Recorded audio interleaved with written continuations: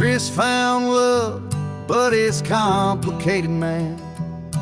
Turns out he's in love with another man's van. Rescued from the brink, should've never worked at all. Fixed fuel leaks in Jeff's yard, praying it wouldn't stall. Yeah, Chris loves another man's van. Brought her back to life, now he's her biggest fan. Holding our breath, each cop that we pass. They don't build them like they used to, and this van kicks ass.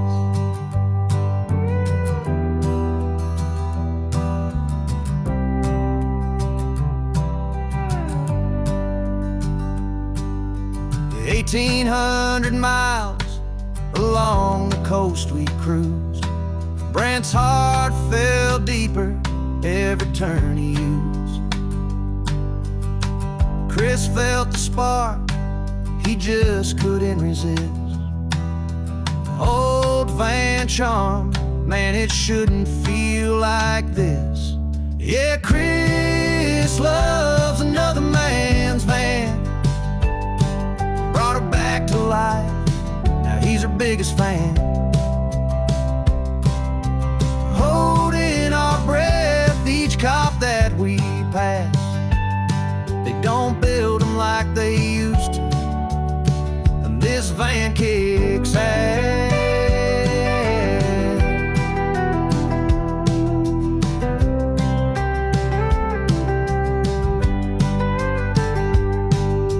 Hello, members. Welcome in to episode 21 of The Launch. We got a full episode today. Hello, Andrews. Hello. We made it back. Can you believe it? Yeah. Somehow we survived. Barely. I mean, There were moments, but we're here to attest it actually worked. And we'll tell you the story. It's actually a little bit wilder than you'd even think could happen. But you can only tell so much in a song. I did find a video I thought we could play to start us out with this morning for the members because, Brent, I think you might be a bit of a trendsetter. Whoa. See, this is the best trendsetters don't even realize they're so cool. They're setting a trend. I didn't realize, so I guess that makes me fit right in. Right. Still delivers high fidelity. This is probably going to get us pulled on YouTube just playing this, right? That's the thing now that we're on the YouTube stream. Forget the vinyl revolution. For old school music fans who remember that iconic commercial, cassettes are making a comeback. There's a surprising surge in sales of one of the most fragile and most frustrating formats of music ever sold. We'll get to that. Superstars Ariana Grande, Kendrick Lamar, and Lady Gaga are among those offering their newest songs on cassette tape. Our Scott McFarlane found out why some are looking back. For cassette collector St. Virgil, there's a thrill in chasing tapes. She and other attendees at the inaugural New York City Tape Fair last Sunday in Brooklyn are part of the format's return. I got this case, which actually has all of my singles. It's one of those cases from the 80s that has the faux wood. we totally had those in the silver bar. Yeah, and then you metal. pull it out. It's got all the tapes in there with like the little felt inserts or whatever it might have, or the plastic, depending on if you got the good one or the cheap one. You know what's records I kind of get because they don't degrade. Right. And they have a sound. But tapes are a magnetic technology. They actually get worse over time. Yep. Which we can attest to, which we'll get to in our story. Only if you don't use them, right? They get renewed every time you play them? Yeah, they get better and stronger with every use. Right. That's how it works. The top here, I actually won in an eBay bidding war. What? It's a bit different from their heyday. She's got a For that, Walkman, we too. have to hit rewind. Yves Mondesay is a hip-hop DJ in New York. The best thing a label could put out. His stage name is DJ Who Kid. Nobody dares get on those beats. But he has arguably one of the greatest nicknames in music, the Mixtape King. It's a cool title because of, I'm part of like the DNA of that process. When you were young, when we were young, did you listen to the radio and hit That's the all I record did. button? Oh man, I was like, first of all, I don't even remember having a TV. No, he got the name DJ Mixtape by watching television. What a stupid question. Anyways, that just made me think of you, That entire segment sounded made up to me.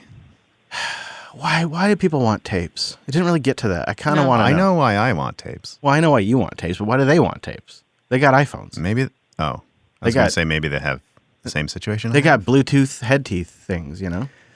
I got to say, the tape deck thing that Jeff gave us, bless his heart, was the strangest combination of technology. Yeah. Yeah, it's... So you remember back in the day when you had like a mobile device and you had an old system and you could get the tape deck thing that had like a cord that you could plug into your phone? Yeah, of course, because Yeah. my cars had that. Well, now they got it for Bluetooth.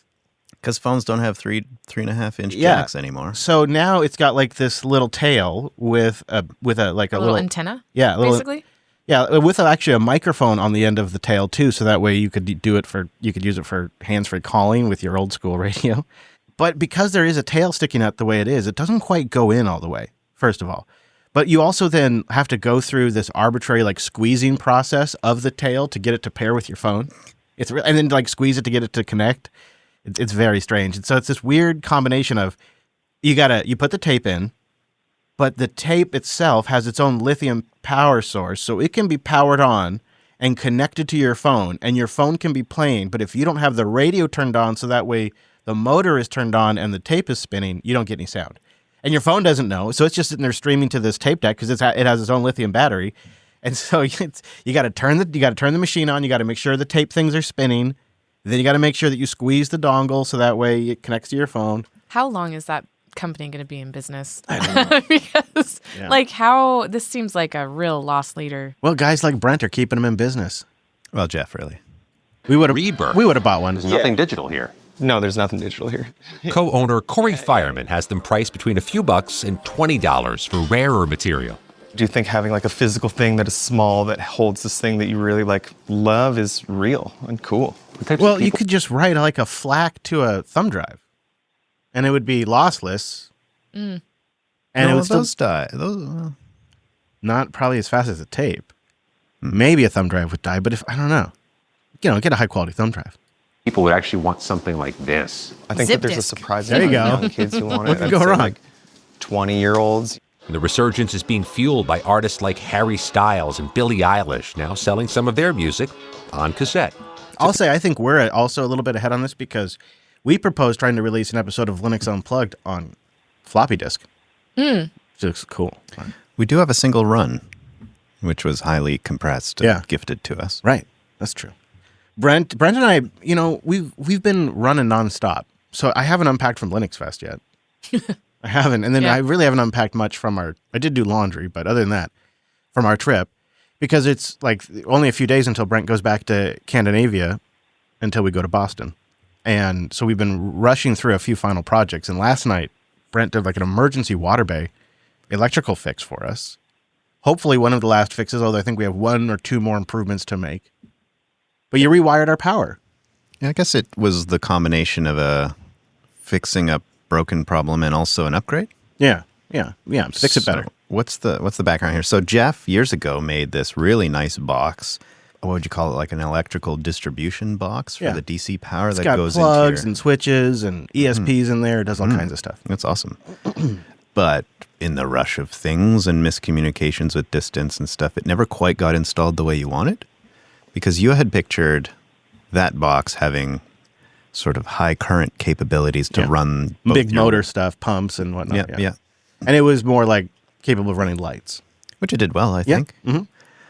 But you were also having an issue with sort of the plugs currently because you were plugging and unplugging the wires themselves back and forth between the pump and the dumping system. It's a system that you have to plug and unplug by the nature of it, but they don't build it in a way that's meant to be plugged and unplugged. So every time you plug and unplug, you're wear and tearing on it. Yeah. So there have been several cable breaks just over stress over the years and multiple. About one a year. We go mending. through the setup about once a year. Oh, really? At least, yeah. Well, I guess this is my turn this time. It depends on how much we're pooping. So we thought the better plan would be to take that box that Jeff made, which is a beautiful, beautiful piece of art on the inside when you take it apart. Yeah, he really did a good job on the inside. Very nice, Jeff. You should start a business. And use that box because it has built-in switches. So instead of doing the plug-unplug, some of these things could just stay plugged in permanently. Right. and then we just switch them. Yeah, that's what I was wondering. Like auto places have Yeah. switches for Yep. this exact reason so that you don't have to. And that was the original intention, but just for whatever reason Yeah. over the years, it never quite got implemented that way. So I thought, oh, I'm just going to upgrade Jeff's stuff because I'm as skilled as him, right? And No, you did not say that. Well, I was thinking it. But you're thinking, oh, it's just a quick swap of the power source. Yeah, so we did have both power sources into that bay. The lighting source lighting and that the fed higher this power box, source. but also the higher power source, Yeah. exactly. So it was just a quick swap, or at least that's what I thought. Yeah, I was waiting for the. Okay. Well, it turns out there are multiple steps, and There's complications. oh yeah, and there's soldering, and I'm not a soldering expert. Oh. I've done it, but we eventually got there after a couple hours of me sitting in the sunshine and just tinkering away at the bay, doing some wiring and swapping stuff. We got there. So I ended up switching the power source so that box is now on the high current accepting circuit for the pumps, and now has nice little switches for both pumps, which is a really good Excellent. situation. I guess Jeff did inform us that we didn't think of one particular item that maybe we should have. Yeah. You got to think of every component in this setup. And we looked at the fuses. The fuses are perfectly sized for what we need. We looked at the gauge of the wiring, perfectly sized for what we need. Of course, the plugs, all that's fine. But the one thing we didn't really think about was the actual little switches themselves. They may not be up to snuff. Like fire hazard? Well, like they'll burn too out much eventually. juice? Yeah, Yeah, too much juice. okay. Like they're just beyond Yeah. their capacity by a bit. Yeah, they're like 10 amp switches, but the fuses are 20 amps, so they would take twice what they're designed to accept if they came to that. Yeah, so the switches basically become the fuses. Yeah, that's one way to look at it, actually. They might be easier to replace than the fuses. Maybe. But I think the right thing to do would be to put 20 amp fuses or switches in there too. I thought you were going to say use it till it breaks and then think about how to fix it.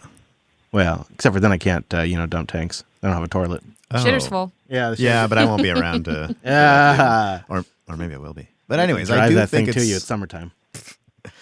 I do think it's still I'll an have to go upgrade. move into the van. It's like, yeah, it's a backup. Yeah. Smaller tanks in there, I think. Yeah. So I do think it was an upgrade still, and I had fun doing it. I certainly upped my skills a little bit. I got better at soldering And through it's much burning. cleaner wiring, a lot less Yeah. wiring in there now. So I think Nice. it is better. We might fix those switches, and you have an ESP to throw in there at some point as well, just to get some extra functionality through Home Assistant. Yeah. Are switches fairly inexpensive? Yeah. I ordered like a 5-pack for like $8. Oh, sweet. So it'll be here tomorrow. 20 amp ones? Yeah. Yeah, sweet. Yeah. So if we have time, we could swap it in, but if we don't, we could probably figure it out. So that was the good news. The bad news on the electrical side is that we may have fried a computer in Brent's van on the way home. Oh, how so? Okay, wait. Was it temperature dysregulation? No, Was it no. Was it the sun windows or what are they? Good guess. Sunlight, sunroof, sun. Yeah. Yeah. No. Was no. it Keep going. rats chewing through wiring? that'd be the worst. The rats. We would have been way more Why don't angry. you have a clip ready for that? We would've had a The song if that was the yeah, case. right? Yeah, that would have been the song. Yeah. Any other guesses? Because those are good ones. Did you have it plugged in while you started the van? Ooh, good. Okay, you're good, getting warmer. good. You're getting- Yeah. That was not the case, but you're in the territory. Okay. Did a fuse pop? Oh, no, don't think Jeff we- popped a fuse on a different apparatus, Okay, but, yeah. but Okay. not that. It's interesting All right. that a fuse didn't pop, actually. Now I think about it. Yeah. So this is an old fan, Yeah. and it 30 runs years old. off Oh, it didn't have a third prong? good.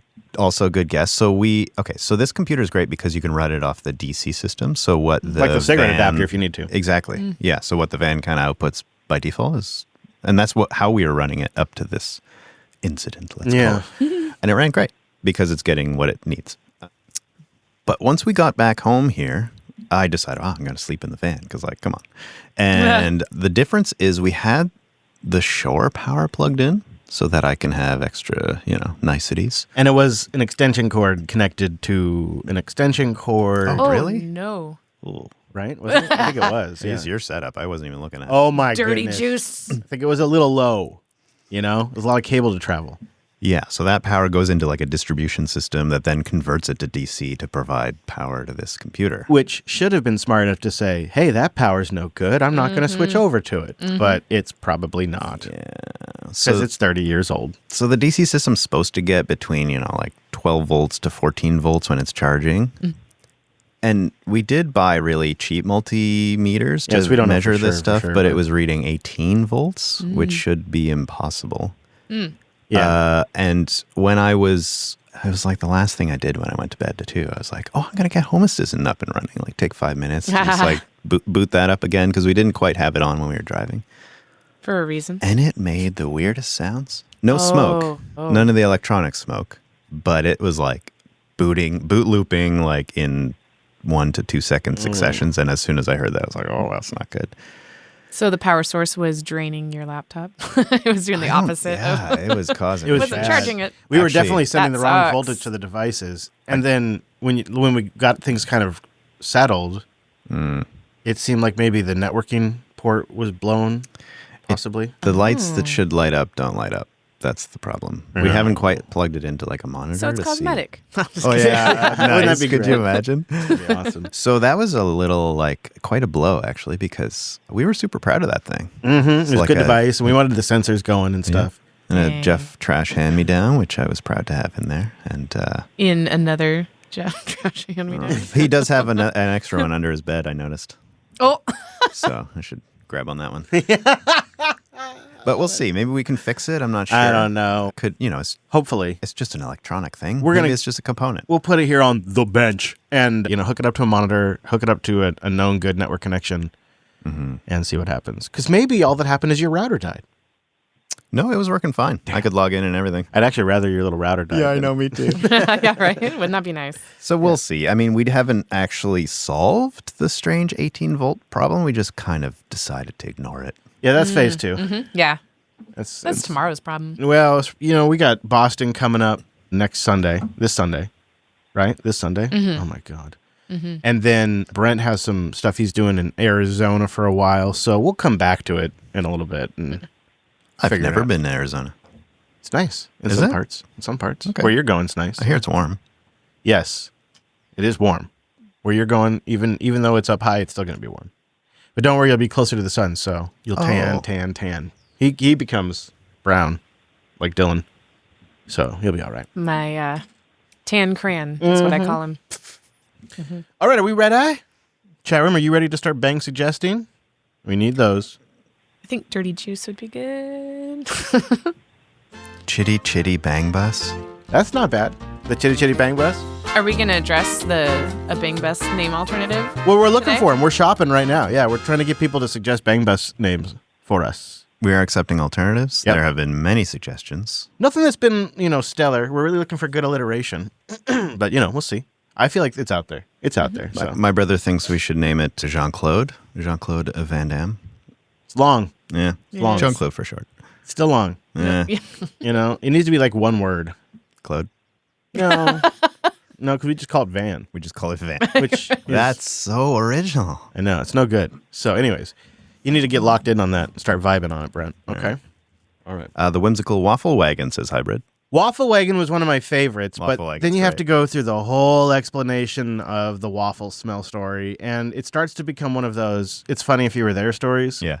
So I don't know if it's good, but it might only be good in the short term. I like how it has a bit of history in there. Do you want to tell the story every single time? I could just show them. Do we have it on film? It's like, where's the nearest mountain pass? Oh. Okay. Well, you assume it's never going to change. All right, here we go. Stand by. We're going to do the show now, okay? Mumble Room's open. Get your arses in there. And the chat room.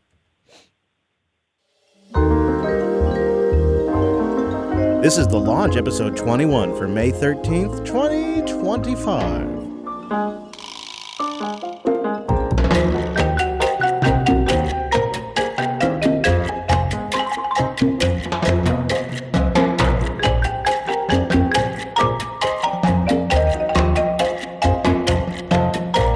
Streaming from the beautiful Pacific Northwest and the mighty American West Coast, we greet you all a good morning, a good evening, or whenever your timeline may fall, time-appropriate greetings. Indeed, to one and all, this is The Launch, My name is Chris. And I'm Angela. And that's Brent. Hello. Hello. Nice to see both of you. We have a lot of show today. So before we get into all of that, I have a couple of details I want to cover. We'd love it if you called us. The show is live right now. We'll be taking calls after our Song of the Week. The phone number is 774-462-5667. That is 774-462-5667. Put that in your phone book, and then you got it. We're live on Tuesdays. Start around 11:30 a.m. Pacific, 2:30 p.m. Eastern, or we release on Wednesday mornings. And we invite you to join us in our chat room, Launch HQ, and in our Mumble room. We have details and links at weeklylaunch.rocks. Go over there, get previous episodes, dive in. There's probably something you've missed. I could listen to the old back catalog, and there's things I missed, and I did the shows. You know what I'm saying? Find out. Well, Andrews, I know there's something very important on your mind this week. Yeah, I'm almost wondering if you should share the link and stuff first because it's not no. Okay, but this is funny, and it is a real problem, people, and I want to know what the heck is going on out there. Joaquin County, where a woman says she was targeted for her toilet paper, and she has this video, to back it up. A business owner in Lockford catching a man smashing her car window, taking off with the precious cargo. New tonight, CBS 13's Anna Giles with the toilet paper caper. It's a sad sign of the times we live in. You know, they're loving it, but it's not the only place. There was also another toilet paper caper that happened recently. Well, not too recently. Yep. There's a unique case out of Utah County we've got video on. So look at this surveillance camera. This is in Elk Ridge. It caught a person stealing a package off their front steps. See Look that? at him just like creeping behind that bush. Get in there. You watch him run off with this little package right there and then run away. See that? Uh-huh. Okay. Seems like pretty normal. Well, it turns out what they stole right there was just a box of toilet paper. And the best part is the thief later came back and returned it. Wait a minute, in the box, not like returned it by throwing it on the trees. Yeah, that would be one way to do it, right? So, toilet paper thievery is a real problem, Andrews, so I'm glad you're bringing it up. Yeah, so Chris asked me, what can we do in the Catching Up with Ange section? And so I just gave him a couple words without any context, and it was toilet paper thieves. Yeah, the bastards. Right. So I'm gonna start by saying, I know we have all experienced this. You're somewhere, probably at a restaurant, and you've ordered a delicious carbonated beverage, right? And it's so good. But you also have a water. And maybe you don't like ice, right? Because your teeth are sensitive, so it's room temperature water. And you... These are a lot of specifics. I know. Well, I relate to the tepid water. Okay, but it's very specific. Okay, so you're eating pizza, right? All right. Carbonated beverage is best with pizza. So you go to wash it down, but you mixed up your water and your carbonated beverage, and so you get water, room temperature water instead of that cold carbonated deliciousness. Yeah. And you're like offended, right? Okay, so this morning I went to go to the bathroom, and I normally set my phone on the packs of toilet paper, right, that are wrapped, and I noticed that several rolls of toilet paper were missing. So hold on. So you have a persistent stack? So yes, you have like I do have a persistent stack. You have like a buffer stack? Okay, yeah. all right. Yeah, it is my side table. Double-ply phone shelf. Right, exactly. Yes, I know. I should probably put a shelf in there. Okay, so so last night there were 4 rolls. This morning there's 2, and I know that. So these kids normally steal from my bathroom, but I was right by my office, so I'm using the downstairs bathroom, and so I'm like, can we just normalize restocking toilet paper so that I have somewhere to put my phone? So I go out to the garage and I grab 2 packs, stack them, and then put these 2 extra rolls that are still in the bag on top of that. Set my phone down. Tell me you shop at Costco without telling me you shop at Costco. Yes, right? Okay. Undo my pants. Sit down on the carpet rug cover. Oh, seat cover. Yeah. Because it was down. It was closed for business. I didn't open it because I didn't even, and I was so thrown off by restocking the toilet paper. And to tell you how violated I felt, I still feel violated. What an uncomfortable thing. I sat down on this. Yeah? Fuzzy butt. Yeah. Oh, it was so gross. Like, what do you even do in that situation to recover? I agree. I think I could co-sign it should be a family tradition that you keep the toilet paper stocked. Mm-hmm.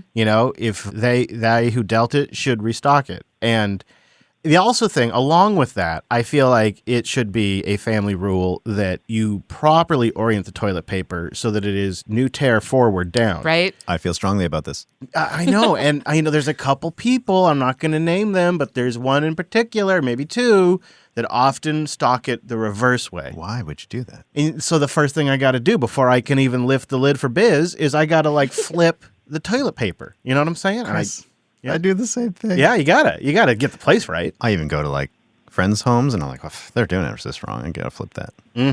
Yeah. So here's the thing. I keep the lid down. Yeah, you should. Right? I keep the lid down for several reasons, Yes. right? Because, what's the word? Well, it's a toilet. Yeah. Hygienically, Yeah, yeah, it's a you toilet. don't want, when you flush, it's putting all those particles it's in the air. It's poofing. gross. Yeah. But also, my cats don't know what a toilet is. They have fallen in. Yeah, because they don't know. Like, they expect it to be a solid, lid surface. What is that situation like? Is it just total chaos? Were you there It for was, it? yes. Yeah, I was. Because it was in the toilet closet in my bathroom. Uh-huh. They were on the windowsill, and they they fell jumped in. down and just right in. Yeah. Right in. Whoa. I have a suggestion for you. Your cats are still kind of young, right? One is. Are you going to say train them to use the toilet? Wait, you're ruining my whole thing. Okay, you tell it. Well, no. Okay, you tell us. No, go ahead. Your idea. Do it. No, it's your idea. Go for it. I've met a couple cats who were trained to use the toilet, not to hit the flusher, although that would be brilliant. Yeah. Or maybe not. But maybe you go that direction, just like... I mean, that would be great. Yeah, no more 'Cause litter. One of them doesn't even like using the litter box. Well, there you go. And It's I perfect. hate litter boxes. And the Yeah. other one, this summer they're going to be outside all the time. I'm not That's going to a have different way to do it. Yeah. Let them, poop on other people's properties. Yeah, I don't know about leaving the lid up all the time though. No, I know people do it for convenience, but for hygiene reasons, for flushing reasons.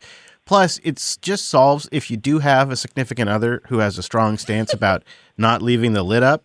It solves that problem because the standard is you close the whole thing every time. And so these are the three things that every family should normalize: is restock the toilet paper, make sure it's pointing the right direction with the tear coming down forward, and close the dang lid. It's a toilet after all. And keep the paper shelf, phone shelf stocked. I wonder if other people have bathroom must-haves or must-dos. I'm a little particular about my showers. I won't get into it right now, but I wonder if others have particulars about their bathroom and bathroom rituals. Boost in and let us know. I'd be curious. I also, what other things are people stealing that's just absolutely bonkers? Because toilet paper, I would never thought of it. But then, I guess after the pandemic, it's not too surprising. Yeah. I think I have a scar from something someone stole from me that seemed ridiculous. Oh, I definitely do. Yeah, tell me yours. I'm listening. Like a traumatic scar or a physical scar? No. Trauma. He's got trauma on there. When see it on his we face. were kids, being Canadian and such, we did a lot of hockey road trips. So we had a ton of tapes that we would play because this was in an old Dodge Caravan. You needed a Caravan because 3 kids plus hockey bags, right? No wonder you got a van. It's a juicy van. So we had a collection of tapes. And I guess one night we left our doors unlocked because it's what you do in small town Canada. And someone broke into this van and stole our Ren and Stimpy tape. Oh. Yeah. It even had songs such as I Love Log.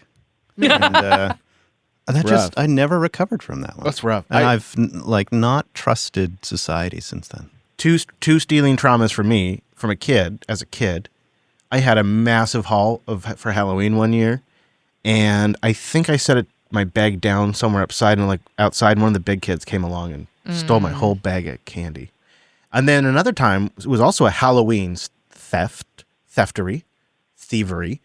We were carving pumpkins and doing the whatnots at a campground with the kiddos, and Hadia's dad was there, and we decided to go for a little walk. And after we were done, we were going to pack up and leave. So we had the jacks up, and we had the jack pads all stacked nicely in our campground so that way we could load them up and go. And we went for our little walk, which could have only been 20 minutes. And when we got back, somebody had thieved on all of our jack pads, which are not cheap. $700. That sucks. Yeah. Thieved on our jack pads. You like to think at least they put them to good use. Hopefully they're using them as jack pads. But so boost in and tell us what's been thieved on for you or any of your crazy bathroom rules. Ooh. This should be followed. I was thinking I didn't have a thievery thing. Definitely not from my childhood like Yeah. you guys. But Yeah, we got one. I did come home when I was living with my grandma to go to college. I got home and every drawer and door and cupboard in the house was open. Creepy. Every single one. And I went to my room and same thing. And so we were robbed. Yeah, I remember. Robbed. Yeah. The only thing they took was DVDs. That's it. My entire collection of DVDs. I had like 20 DVDs. They didn't take change. They didn't take jewelry. It was just a stupid hooligan kids taking DVDs. Yeah, I had my house broken into once as a kid. They didn't take my Sega Genesis for some reason. Oh, your Cougar got broken into, and they took the radar detector, but not the cable for it. Yeah, that was so stupid. And they took some of my music CDs. Like Big Daddy Thump Thump. I don't think they took any of your own mixes. No, I don't think so. So boost in, share. We want to hear your pain, just like Brent.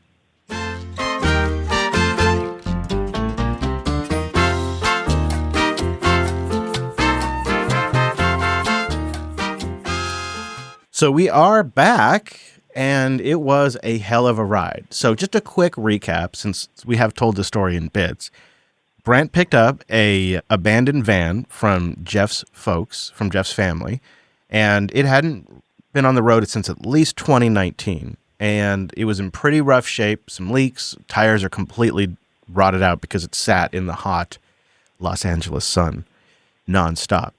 And so many parts hadn't moved in many years, but they were ready to make a good deal because of the state of things. And so we went down there during scale. We looked it over. We decided, hey, this is actually in pretty good shape if you excuse the tires, the leaks, and some of these things. Mm-hmm. And Brent made an offer, and they accepted. And so we went down there just a couple of weeks ago or a week ago and did a rescue plan where we got new tires on her and fixed up a few small essentials, which we'll get into, and drove her to producer Jeff's house, where we discovered along the way that it had a massive fuel leak that was going to be so bad that if we continued driving, we were probably taking a pretty big risk. And we needed to get all the way back up to northern Washington from Sacramento. So we had to drop the fuel tank in Jeff's backyard. We didn't have any of the tools to do this, so we essentially created tools along the way out of logs and lumber and car jacks. And that's how we dropped a 200-pound fuel tank. It was more than half full with fuel. Had you ever dropped a fuel tank before? Never have. Never had. And at first, we just dropped it as just the minimal amount we needed so Brent could stick his body in there and try to do some diagnosing, but we couldn't really hook our peepers on it. And so we kind of thought, okay, it must be this quick connect. We can see the fuel's gushing out of there. It would make sense this part would degrade over time. And guess what? We can manage to get our hands on some. So we had to source it from multiple places, but we got the parts we needed, replaced the quick connect, patted ourselves on the back and said, should we test it? No, let's slap it up there. And then we stopped for a second and went, no, we'll test it. We'll see if it's working. And we cranked the engine, and sure enough, the fuel leak was just as bad as if we hadn't fixed it. And we were like, well, now what do we do? Because that was our best idea. And so what we had to do was drop the tank further so we could really get it in the daylight and actually look at the thing and see the top of the fuel pump, which is built into the fuel tank. So you imagine a huge tank. The top of the tank, it has like this octopus with all these lines coming out of it and this little, plastic ring with all these lines coming out of it. And that's the fuel pump integrated into the fuel tank. So if you want to replace the fuel pump, you're opening up the fuel tank. It's a big job. And we started looking at this pump and the top of it, and Brent started discovering there were cracks all over the top of the fuel pump, all over like the stems and just all kinds of components that were just in really rough shape after 30 years. So Brent did the right thing and refurbed on the whole pump. Yeah, I used this, let's say, secret weapon that I like to keep around. And thankfully, Chris, you had the brilliant idea. The morning of. For unknown reasons. Randomly when we were out part shopping. Because we were trying to plan ahead, but you never know what you run into. And you picked up, I think based on my lessons from years past, some epoxy. Yeah, but extra strong metal reinforced epoxy. Not just any. Not your regular epoxy, but your industrial strength epoxy. And it's been kind of a joke that I think that you could fix almost anything with epoxy. And we have actually on Jupes. But it turned out this probably was a pretty desperate move. Because you epoxied all the cracks? Yeah. Yeah, we did. Okay, you said Brent did the right thing. No, well, so when you said Brent did the right thing, I thought Brent bought a new fuel pump. Well, you see, the thing is, it's a very special fuel pump because it's for a camper van. Sure. And it has an additional outlet for a generator. So you can't just go get a Dodge van fuel pump. It has to be a Dodge camper van fuel pump, which we weren't going to be able to source, definitely not within 24 or 48 hours. What's the curing time of this epoxy? Oh, well, there are different types. I would most recommend not getting the 1 minute epoxy setting because it gets so hot that it sometimes melts plastic. And it's too hot to work with because it's an exothermic reaction that happens between these two products. Did we find this out on the fuel pump or is this a previous? Past mistakes. Okay. They call it plastic welding for a reason. Yeah. So generally the stuff that cures slowest will be the strongest in the end. Sure. But we didn't have time for almost anything. So you did a mid? We got the 5 minute stuff, which is my recommendation for like the keep around just in case. And it turned out we used a ton of it. Jeff even had some on hand that we also used. So we had clear epoxy, we had other epoxy. Yeah, we had all sorts of epoxy. But it was the case where this major leak that was happening was in the plastic that this new connector we put on passed over. Sat on top of, connected over. And we talked for quite a while about how to fix this because it was a little risky to epoxy it because once it's epoxied, there's nothing you can do. There's no going back. You're never getting it off again. Yeah, I think Jeff was trying to encourage strongly that we don't do that because then it's like there's no turning back. But we thought about it, and this thing was so cracked. It was in such rough shape that the next step is to replace the fuel pump. Yeah. Right. Just with more time to do research, get the components, all that stuff. Oh, my God. I can't believe you guys made it all the way up. No, right? We're just getting into it. At that point, we were only a third way into our trip. Yeah. And luckily, thankfully, we planned it this way. And Jeff, thank you for following us and like offering your home for us to stop because we knew we would find out a ton of stuff in that first day. Yeah, because the thing had sat at least for 6 years. And then, we're changing out the tires and wheels and we're, doing a little bit of maintenance. Brent made sure that the front wheels were repacked and greased and good to go. And the brakes, we tested a bit. So we knew the brakes worked-ish. One of our seatbelts disintegrated when we first went for a ride, so we did add an extra seatbelt, which I thought was pretty important. Road patch, But so the epoxy did in fact work. Brent is an epoxy artiste. You would look at this thing and think it was almost factory. It looks so good. Some of it, which I had never done before, so I've gained new skills in this particular epoxy situation, was I had to epoxy paint using a mirror, so doing it backwards because we didn't actually take the fuel tank completely out from under the van because it's A, it had fuel in it, so it was really heavy, and B, whatever we did, we would have to undo. So it was like half exposed, half under, and the only way to like see some components was to use this brilliant mirror that you picked up as well. Yeah, we always we might need to be able to see up in there, so we'll grab the epoxy, we'll grab this mirror. We used them both. Yeah, we used way more epoxy than I thought we were going to need. Thankfully, we had it on hand, but now we solved the problem. It held. After I don't know, something like 6 minutes, 10 minutes, it can withstand a pressure of 3,200 psi. So this is just some serious stuff. But we were really excited because it just felt like there's no way this is going to work. So we did it all, but then we left the tank down so we could start it and verify it wasn't leaking. But what do you do? Because this is like the Hail Mary attempt. If this fails, we're basically done. Ship. Yeah, we're abandoning ship. And you have to let it, you don't want to like do it too soon because you want to let it harden. Even though it says it's ready in like 5-6 minutes, like you want to give it like a good hour. So we went out and got frozen yogurt. And then after we were done with our frozen yogurt, we came back to see if it was working. It's real. It's happening. It's running. I can hear the fuel pump going. Do we have any leaks? I don't see any. Yes! You did it! You fixed it! It took 2 days, but we did it. You want me to turn it off? It's kind of stinky. It's kind of stinky, Brent. Yeah, okay. Okay. Yeah, okay. We were so excited. He's like, but I want to see if it's leaking. We revved it a bit, looked at it for a while, and then, man, was it a job putting that thing back in there. We started working on that rig that day, 7 a.m., 6 a.m., and we were on it. We were working on it until midnight in the dark. It was just a marathon day. I'm glad we did that. I know it took us a long time, and it cut into our trip, a little bit. Like we got here a little later than It was a the must. best case It scenario. was a must fix, though. Oh, the amount of fuel that was pouring out of that thing. Yeah. At the time, I realized that's why our fuel consumption was so bad. It must have been almost half. Geez. It must have been Jeez. almost, yeah. Yeah, it was bad. So I'm glad we did it. We also replaced a bunch of the fuel lines that were coming out of the Octopus, like you said. Mm-hmm. Better lines, and the fuel filter replaced on the fuel filter as well.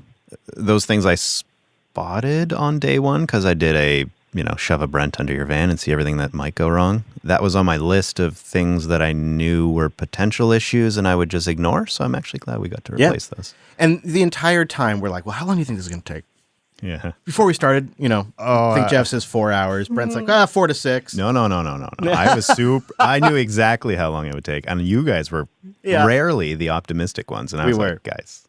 But then as it's working, it's like, okay, well, if this fix works, then we could be on the road tonight by 4 p.m. And then that fix doesn't work. Okay, well, if this fix works, we could be on the road by 7 p.m. And then by 7 p.m., we're still working on a fix. And then it's like, well, and this was we honestly had this conversation. It's like, should I go take a nap? You and Jeff keep working. And then if you get done around 10, 11 o'clock, I'll jump in the captain's chair and we'll just take off and go down the road and you sleep.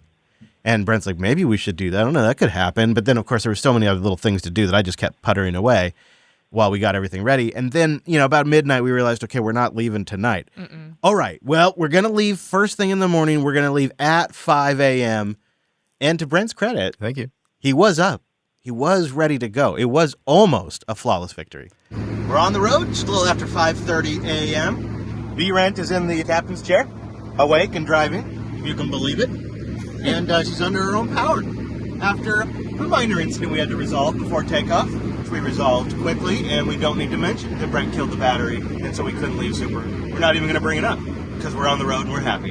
Right, Brent? Yeah. And this was us slowly discovering that we may have a bit of a bigger problem. Mm-hmm. The battery died overnight. We thought we knew why, but we were focused on other things. We had almost 1,500 miles to put down at that point, and we were headed towards the California coast, so we needed some sweet tunes, and that's why we were glad we had some tapes that we could pop in and get some sweet retro tape deck action, at least for a little while, maybe like half the day. I was kind of down with the tape deck technology, but this has been a real thing here. Look at this. Yeah. Okay, but forward motion? Yeah, I fixed on it. Well done. Thanks. Solved it. Fixed on it. That's that new jazz people are talking about. And then it immediately broke. The second after that. Oh my gosh. So, yeah. That was one problem. I think we were a little distracted by a few things. We almost burned out the transmission. I think you and I, after doing the fuel tank thing, and we fixed on a bunch of stuff even before leaving where the rig had been parked for 6 years. I thought at that point, we were like, we've kind of checked off all the things that could potentially go wrong on this thing, and let's just hit the road and take in the wind. We checked on the transmission fluid, but it was unlevel when we checked it, and we didn't check it again once it had been driven and was level. Because in our minds, we'd checked the fluid. Yep. I think. It was mildly irresponsible of us, which... Yeah. So here we are, climbing up a pass.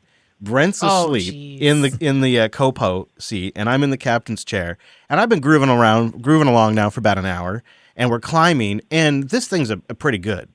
And as we go up, I'm like, okay, we're going to need a little more power, and it shifts down one gear, and it starts smelling really hot. And then it shifts again. And then it shifts again, and we realize, it's slipping gear. And Brent wakes up. What's that smell? It's slipping. Pull over. I'm like, I am pulling over. So I pull over in this spot because I was eyeballing this pullover. This big gravel driveway, and I thought, this will be great. We can pull out here and we can do some work. So I pull off into this gravel spot, and Brent jumps out, and we pop the hood, and next thing I start hearing is this. Honk. Yeah. Honk. Oh, no. And it's a big diesel truck coming down this super sharp hill, and I'm right in his way. Truck. No. The first one was just a worker truck. Were you on the path, Yes. like when their brakes were going out? No, but he was coming down the sharp hill, so I'm right where he's got to try to use all his braking to come to a stop before he pulls onto the highway. So I was right in his way when he's trying to come to a stop. So I'm like, Brent, get out of the way! And I start up the van back up, and I put it in drive, and I move. With the hood open? Yeah, with the hood open. I can't see gosh, crap. yeah. But I'm moving the van out of the way. Whoo! I say to Brent, I'm right, okay. And so I pop her back into neutral because, again, we don't have transmission fluid at this point. So I'm trying not to use the gears, right? So I pop her back into nooch and I roll back into the same spot because, again, we got to be level. As soon as I get level, I hear... and this one was the logging truck coming down the hill. Yeah, Final Destination style. There was another truck, and it's the same exact situation. Brent, get out of the way! And I gotta fire it back up, put it in the drive. Oh my gosh. With the hood open. Yes. So after that, we was like, okay, there's another spot we can pull. So I pop it back into neutral, and I roll down the hill to another spot that's a little more level, and it was totally fine after that. But we were stuck with this big problem. There's almost no transmission fluid in this thing. Wasn't even registering on the stick. Jeez. And the next auto parts store is 38 miles, and you got to go over the pass. Mm-hmm. And this thing's having a hard time making it up the pass. And there's nothing behind us because 101 in California is basically desolate in parts. And so we also have like one bar. So it's tedious even getting answers to this stuff, right? And of course you're in a rush. So you can't Uber? Well, there was nothing. Yeah, I looked. You looked. I looked. There was one was like $200 or something like that. Oh, geez. Yeah. 37 minutes later. Yeah, 37-minute wait and $200 something. I'm like, we're not doing that. Oh, so okay. Brent's like, well, what about a gas station? Mm-hmm. I'm like, oh yeah, they might have fluid, right? Oh my God, did you hitchhike? Oh, no, we should have. That would one of those honking that would have been kinder to the van. No, we did the right thing and just popped it in neutral and just rode her down the hill, back down the pass. Oh my gosh. 37 miles. No, you just went to a gas station. Yeah, which is only 10 miles away. Okay. And basically nearly coasted her back into town and then just had to drive on it a little bit and pulled into a gas station that had the gas prices, had an area for gas pumps, but had no gasoline. We also needed gas at this point. It had no gasoline at all. Still calls itself a gas station. First, Google Maps took us to the wrong spot, but that's an aside.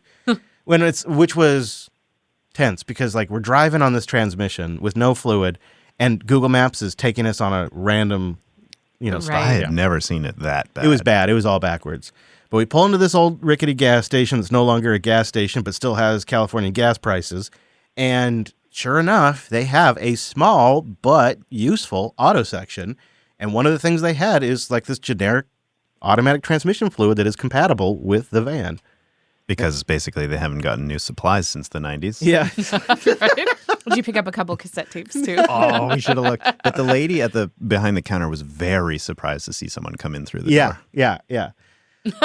So right there they're in the parking lot. We're like going through, because the van has a process you have to go through to like check the transmission fluid properly. So we're going through those processes and adding more fluid. So we almost blew out the van. There was that problem. And then there was the problem that really didn't come up much in LA or California at all, but kind of came up the moment we were in the Pacific Northwest. We're officially driving in the rain for the first time, and it's very drippy. I don't know if you can see the drips right now, but it's a lot. It's down my neck, it's in my mouth, Oh my it's in God! my While eyes, you're driving? it's been on my face. Oh, you got it. Yeah, it's a little dirty. It's a little dirty. And the best part is, we checked thrice, and the weather app says it's not raining, and there's absolutely no water in the sky at all. And we got at least another 2 hours on the coast where it's definitely not raining at all. So that's the thing about taking the coast is there's a lot of moisture out there, and sometimes the weather apps don't show any rain. It was definitely raining. Yeah, dripping on us while we're driving in the passenger seat, on the floor. Oh my gosh. This was one of those things we identified, let's say, as a potential issue because the windows, well, the entire van had sat in the California sun, I think, most of its life. But those last 6 years just cooked all of the seals. And there are these three beautiful like skylights in the ceiling of this van. But the seals have shrunk so much that there's like a 2-inch gap in these seals. So not only are we getting like wind noise through these, yeah. Lots of wind noise. That's tough. But also, it turns out water can get through there. Mm-hmm. We've patched them. The wind noise is better. With epoxy? No, with like some patch tape. But it still leaks. The frames themselves are kind of rough. So Highway 101 is a special treat. It really is very nice. But we are in a van that was just rescued. It's in kind of rough looking shape. It's got California plates from 2019. And one thing that people don't know about the RV industry is a lot of campgrounds these days have a 10-year rule. So your rig needs to be 10 years or younger. They want the park to look nice. Brent's rig is 30 years old. Right. Still looks nice, right? It looks... How would you describe it? It looks like it needs a good wash and maybe a new paint or a cover or a gloss. You know, when we were parked in Oregon, we had somebody who works at like a halfway house kind of come up to us and think that we were homeless people in the van that needed help. And he came up to see if we need assistance. Mm-hmm. That's the vibe the van gives off. But you just got a haircut. I know, right? Well, once he saw us, he knew immediately, like as soon as we opened the door. Yeah. But it's also sketch because the window on the driver's side doesn't go down. So we have to open the whole door when somebody approaches, which is, So, you know, some campgrounds aren't going to let us in. Mm-hmm. It looks a bit sketch. And we didn't want to park anywhere like a Walmart or a Home Depot or somewhere that might draw attention because the registration and licensing is currently registered to Jeff's deceased grandpa. And so that wasn't, so in California, I don't know about Oregon, but in California, we learned that means they would impound it if a cop came across it. And so we didn't want to get the van impounded. That would be really inconvenient. So putting everything together, we knew we had a lot of tricky things to solve in order to stop for the night. And then additionally, because of our power problems, we probably needed to stop somewhere where we could be plugged in because we weren't sure what was going on with the power system. So we needed power hookups. And that's when I realized, you know, pulling on years of boondocking and camping is like a state campground is perfect. If you come in after hours, the ranger's already gone for the night. So it's a self-check-in process. Nobody's vetting the van. Mm-hmm. They have hookups. And a van can fit anywhere in a state camp. No problem. Like my RV, you got to like book it out 3 months in advance. But a van, you can just pull in any old spot. And it worked out, I think, really well. We got a very nice spot near the ocean, near a lighthouse. It was a very nice park. But we were so wiped out that night, just from a day, you know, we got up at 4:30, and it was midnight-ish when we were pulling into the campground. Jeez. I accidentally drank a 165, I think it was, milligram caffeinated Propel. I didn't know Propel made caffeinated. I just thought it was... Energy drink water? Yeah, I thought I was just getting some water with electrolytes because I was a little dehydrated. Uh-huh. Turned out I was chugging caffeinated Propel. Didn't know that. Out like a light. I just was so exhausted. I was just out. But so we were just so tired that our brains weren't working. I'm like, okay, Brent, what time do we want to get up? Because now that we're like in the midway of Oregon, we don't want to hit traffic in Tacoma and Seattle and Everett and Marysville. So we should time it so we leave in the morning. So we're either just missing or getting there just before the traffic gets bad. And Brent's like, oh, that's a great idea. Okay, so what time do we need to leave then if we want to be at Seattle? And we're like, oh, we are too tired to figure this out. Brent suggested ChatGPT. Why don't we ask ChatGPT? So I described the entire problem to ChatGPT. And it gives us a really good answer. I mean, very clearly understood what we were trying to accomplish, gave us a clear, concise time. It said you need to be leaving by 6 a.m. And, well, we did just that. Unfortunately, sometimes ChatGPT tells you what you want to hear, not what you need to hear. So by the time we got into the campground last night, we were exhausted, and Brent had the brilliant idea, instead of us trying to do the travel math, let's ask ChatGPT to do the travel math. Yeah, it did a great job, except for I realized once we got on the road that it assumed we would be taking I-5 and not Highway 101. So instead of just avoiding traffic, we are going daily traffic, afternoon traffic, all the way from Tacoma, Seattle, Everett, and the fish tunnel. We're going to hit it all. And it rained. Technology failed us twice. Yeah, the weather app said it wouldn't rain, and ChatGPT assumed we'd be taking I-5 when we were taking Highway 101. And so the math worked out so that we nailed Seattle traffic. All of it. Mm-hmm. Yeah. I think we learned some things about AI on this trip. Yeah. Like it was like right 70% of the time, and sometimes it was incredible because I was taking pictures of components that we didn't know what it did in the van, and 70% of the time it was identifying it correctly and telling me what they did. But then sometimes it would tell you something that's completely wrong. I found that fascinating because a lot of these components we would have had a hard time figuring out what they were unless we had some of this help. Yeah. Mm-hmm. And it was like that first 70% was actually amazingly helpful. And we solved a lot of things based on that. But for instance, we bought a new component recently that we'll talk about in a bit and tried to get some help with how to install it. And the instructions were actually quite correct, except it was an electronic component and it got all of the pinouts that you should plug things into perfect mostly wrong. Like they were the right names for all the pinouts, but the wrong locations. Luckily, I knew a little bit better. So it's like, you get that 70%, but actually the rest is what really matters. Mm-hmm. Yeah, getting the pinouts wrong is a bad one. Yeah, that would have fried some things. Yeah. But otherwise, really helpful. Yeah, so it was hit and miss at times, but it was Just a mostly warning, useful. I think, from us. We did okay, though. It wasn't the worst. It was a pretty smooth drive. We did get more rain. In fact, more rain was expected, so the goal really was, let's get her parked and then work things out. We're not actually convinced that the isolator is bad. Brent thinks it might have been wired up wrong. And so we're going to do a manual, quick wiring up from the alternator to the old isolator. That's a good idea. No. And, hook up the system to that, wire up the batteries to the truck, wire up the battery to the house, see what we can see. This old ancient isolator may be fine if it actually was just wired up wrong. And we do have reason to believe that might be the case. There's several things that indicate that. Right?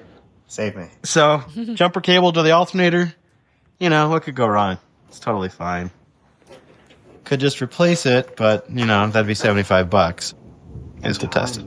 And like this, Your hunch was right. Great. It turns out, we don't know who, but at some point, a former owner, maybe the van conversion company, unlikely, but maybe they wired up some of the electrical system wrong, which is why we inevitably ended up having problems. Well, part of probably why we ended up having problems. And what we assumed was a failed piece of equipment from 30 years ago is actually just wired up wrong and still works after all these years of being treated poorly. It still works. It's incredible. Yeah, you discovered this issue because we were trying to isolate why our starter battery kept dying. Mm-hmm. And it turns out it was just trying to charge the house system constantly. Yeah. And also there was some kind of draw from the house system, even if we turned everything off, that would just kill the starter battery. And that is a problem. Yeah. So we traced wires, we did diagnoses, we used a really bad multimeter to try to figure things out, and it turned out to be this device was wired wrong. It's crazy. In that clip, though, Chris, you seem a little hesitant about my testing setup. What?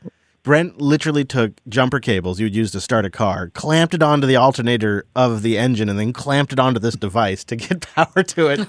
Well, and they didn't quite fit on the alternator because it protects the pin, so I had to use like a pair of needle nose pliers. And then the first time we started the engine, the shaking of the engine starting just popped the clamp right off. So then while the engine's running and the alternator's hot, Brent's got to clamp it on there while it's vibrating. But I did ask you to count my fingers before I got in there. So, but we it was nice to get that figured out. So at least we're not killing batteries anymore. And on our way home, our first stop before we got her parked was Angela's house. Mm-hmm. So what was your first impressions? Be honest. Yeah. Okay. So I'm sitting on the couch with my boyfriend, and I get a ring notification that there's somebody down the driveway. Some sketchy vans pulling in the driveway. Right. It previews a sketchy van backing down the driveway, and I'm like, what the fuck? What is this? So I go to live view, and it's gone. Like, it's just not, like, there's nothing there. I'm like, oh, maybe they just, whatever. And then I get a second notification, and the van's there again. Like, I don't know if you guys pulled forward or like, it was just ring glitching. And so then we're both looking at it, and then we see Brent get out of the side door, and we both look at each other and say, it's a bang bus! Oh, my goodness. And we get up, and we run outside, and, yeah, we got a tour. Yeah, you got the first tour. Yeah, and it was really cool. It definitely looked a lot more worse for the wear than some of the pictures that you had shared previously. Sure, yeah. I think my favorite thing is I took a picture of you guys. I was in towards the front of the bus, and you guys were at the back of the bus. With the door open, or? With the door open, yeah. Yep. And you're standing on the ground looking in, and Brent has this road banana. Like, emergency road banana. Of course he's eating a road banana. It's funny you say that because many of our photos from this trip have included a banana for unknown reasons. And so I didn't even realize that happened. That's really funny. But it is pretty cool. I love the skylights. Yeah. Yeah, it's going to be nice to fix on. Would you paint it? Would you like clean it up, shine it up, and seal it? That would be really cool. It sounds expensive. I don't know how much it costs to paint vehicles, but Probably it would be cool. I'm considering just like preserving what's there. Oh. I see she doesn't like that idea. No, I don't. Because Sorry.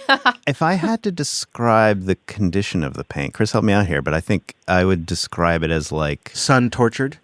Yeah, California roasted, maybe? Yes. To the point where it's gone through multiple layers of paint because... The sun has burned through the paint. Yeah, to the point where it got down to the steel and there's several rust in layers those of paint. places trying to like save on it. Yeah. But also a Picasso?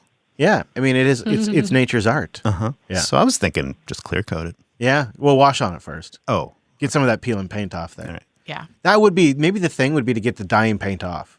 Maybe that's the thing. I don't know. Isn't all of the paint dying? Yes. But, assuming the interior was fixed up, would you road trip in that thing? No. I don't know. I mean, it's better. You know what? It is a step up from a tent. Yeah, that's for sure. I can attest to that. I don't know if I'd call it glamping, though. A tent doesn't have that many electrical issues, so... Yes, that's true. You are signing up for something. Okay, in your opinion, since you got the tour, what would you fix first? I would be pulling out any fabric and carpet. Okay. Yeah, with that water leak and I'm allergic to mold. Yeah, fair enough. We should stick her in there and find out if there's any mold. Oh, yeah. We can't smell any. Overnight. Mm-hmm. Yeah, but maybe you could be our detector. Mm-hmm. Yeah, Chris, remember you pulled out the cushions and started banging on them with something? Yeah. Oh, God. That's Not inside, like outside. No, outside, Okay, yeah. good. We cleaned on it like 6 times, but every time you got to do a pass. And I vacuumed and I got some fabric foam cleaner stuff and I brushed that in. And I want to see the shower work. Have you pulled the tank to see? Well, we know the tank like we just drop all the tanks like just to check them Yeah, out. right. I'll drop them all. There is a slight water leak behind the toilet, so small detail. Yeah, we got to fix on that. But otherwise, the water seems to work. The stove's never been used. The Oh microwave. wait, so did you use the toilet? No. Oh, okay. Yeah. No. See, here's the thing, and I'm really pissed off, Ange, because some people shouldn't have it this easy, and it's really frustrating. It's supposed to be harder than this. You think Brent has it easy? Oh, let me tell you. So, first of all, the microwave never even been used once. Stovetop's never been used once. Generator only has 60 hours on it. It probably came with $600 worth of tools in there. It probably came with another couple $100 worth of accessories, and then it's got all the original manuals. The engine is basically pristine mint. The engines and transmission are in great shape, despite what we've done to them. The fridge works, and it's a rare model that works on propane. It works on shore electricity, or it works on DC power. And then it's got the simplicity to it because the whole engine and truck aspect to it is totally analog. It's just one of those things where you just kind of have to look at it for a while. And once you hook your peepers on it, you can actually just understand how it works and you can just fix on it. So like we could do stuff to it that like we couldn't do with modern cars. Like, I don't even think we could have rescued a modern car like this after sitting with 6-year-old fuel in it and going on the road.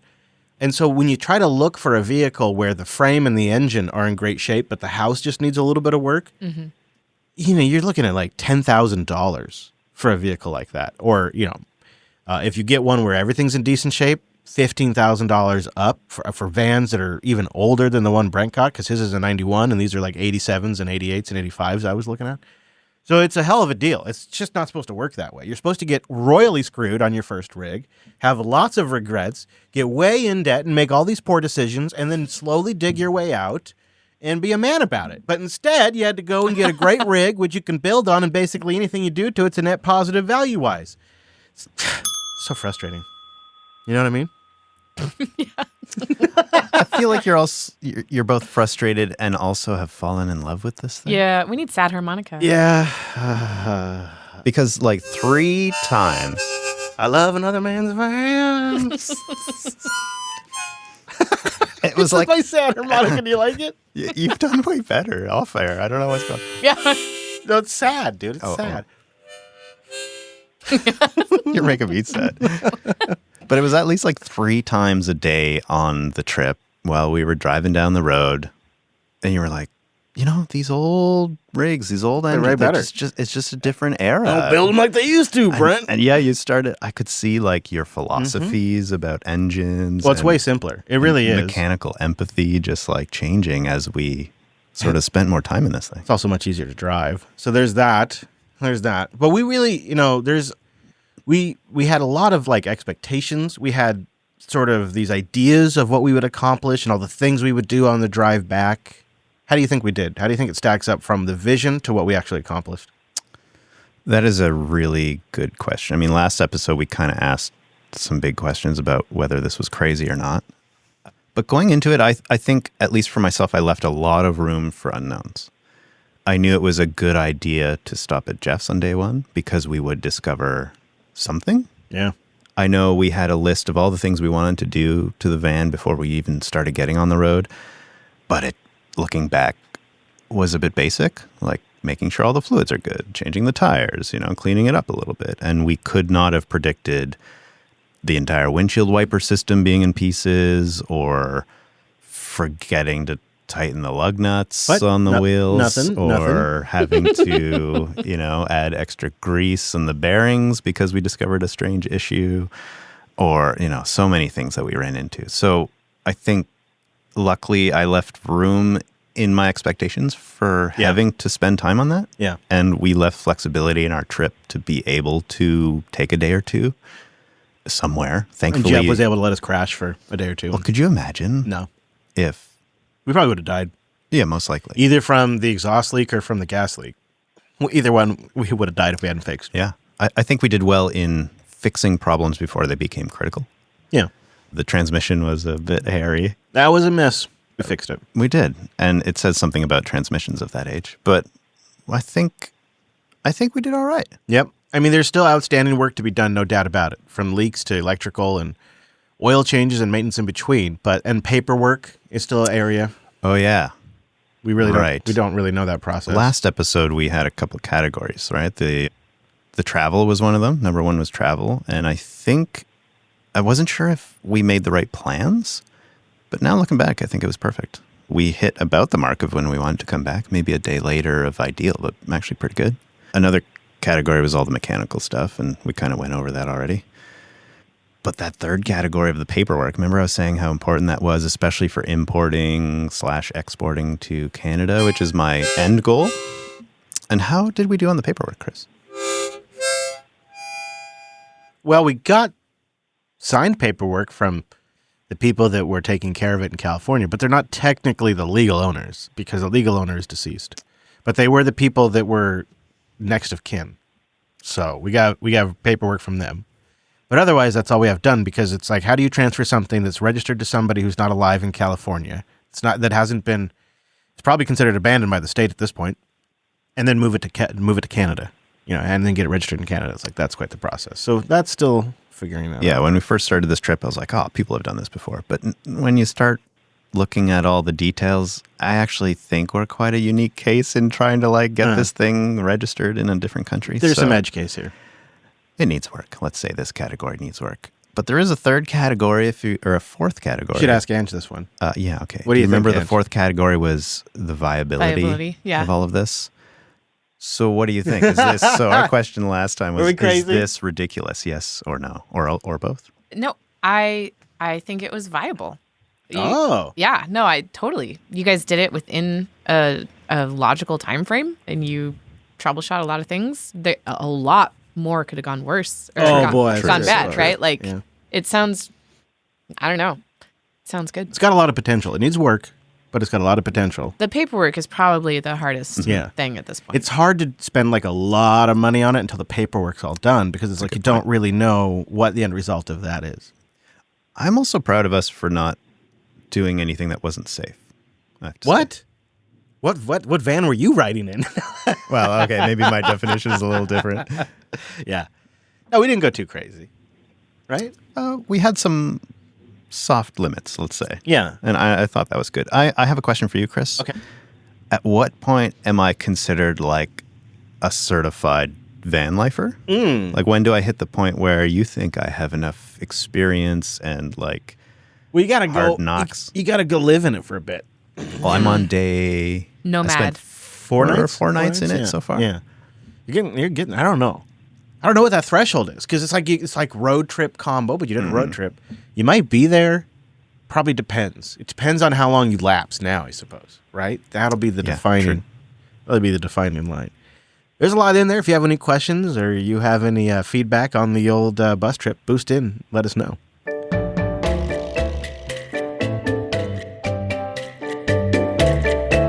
All right, coming up on the show, we have a value for value track where if you boost, 95% of the sats go to the artist, makes their day. And then after the music, we'll be taking your calls. So while the music's playing, why not call in? You can listen to the show and then chime in. We'll pull you in. Get ready. Here comes the phone number. It is 774-462-5667. That is 774-462-5667. Boost on in while the music's playing, and we'll stack your calls and we'll rack your calls. Yeah, as if. And then we'll get to the voicemails as well. All right. You ready for our track? Yep. So this is from Caroline Hale. I featured it once on This Week in Bitcoin. It's just a great song, and it's called Kick It.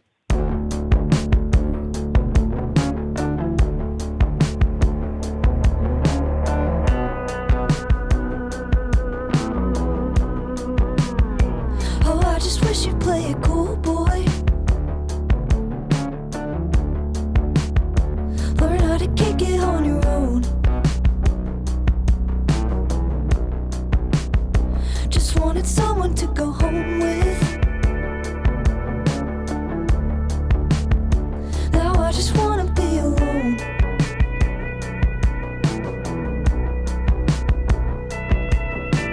Met you on the west side of 35 the other night. Music's kinda weird, but I'm here and I wanna have a good time.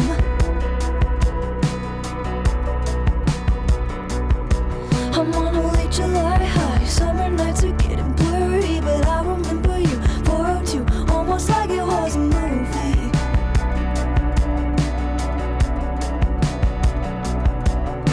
The noise is getting loud. Just when you took me by the hand, it all stopped, and you asked me where I'm going. I said I'll see you out of nowhere. Oh, I just wish you'd play it cool. I wish you'd play it cool. Learn how to kick it on your own. Just wanted someone to go home with. Now I just wanna be alone.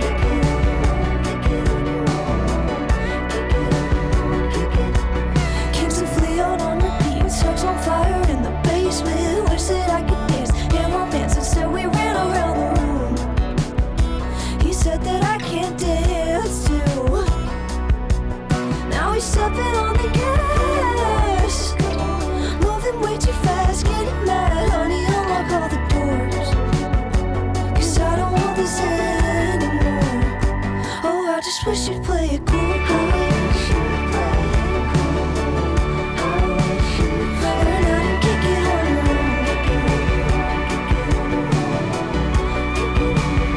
Just wanted someone to go home with. Now I just wanna be alone. Oh, I just wish you'd play it cool, boy. Learn how to kick it on your own. Just wanted someone to go home with. Now I just wanna be alone. Oh, I just wish you'd play it cool, boy. Learn how to kick it on your own. Just wanted someone to go home with. Now I just wanna be alone.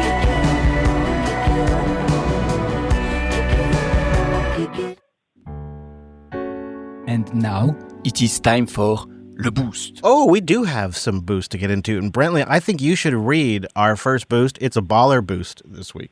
This is a baller of baller boosts from Daja. 100,000 Satoshis. That's right. Coming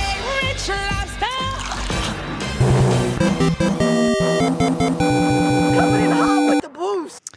Well, previously on the Jupiter Network, we had Brunch with Brent.